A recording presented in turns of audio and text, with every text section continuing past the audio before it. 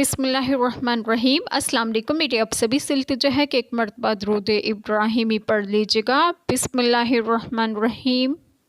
اللہم صلی علی محمد وعلی آل محمد کما صلیت علی ابراہیم وعلی آل ابراہیم انک حمید مجید۔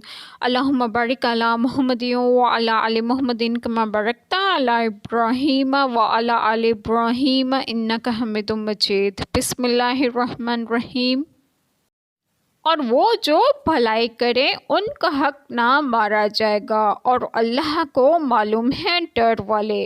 وہ جو کافر ہوئے ان کے مال اور اولاد ان کو اللہ سے کچھ نہ بچائیں گے، اور وہ جہنمی ہیں ان کو ہمیشہ اس میں رہنا ہے۔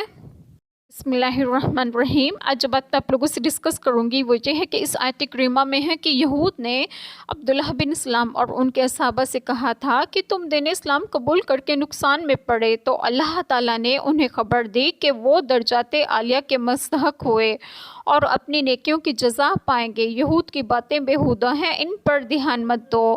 اور وہ لوگ جو کافر ہوئے ان کے مال اور اولاد جن پر انہیں بہت ناز ہے۔ شان نزول یہ آیت کریمہ بنی قریظہ اور بنی نذیر کے حق میں نازل ہوئی۔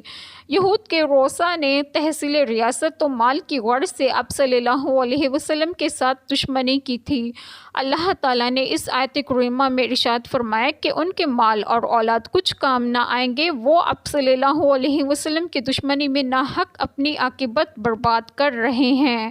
ایک قول یہ بھی ہے کہ یہ آیت کریمہ مشرکین کے حق میں نازل ہوئی کیونکہ ابو جہل کو اپنی دولت و مال پر بڑا فخر تھا، اور ابو سفیان نے بدر و احد میں مشرکین پر بہت کثیر مال خرچ کیا تھا۔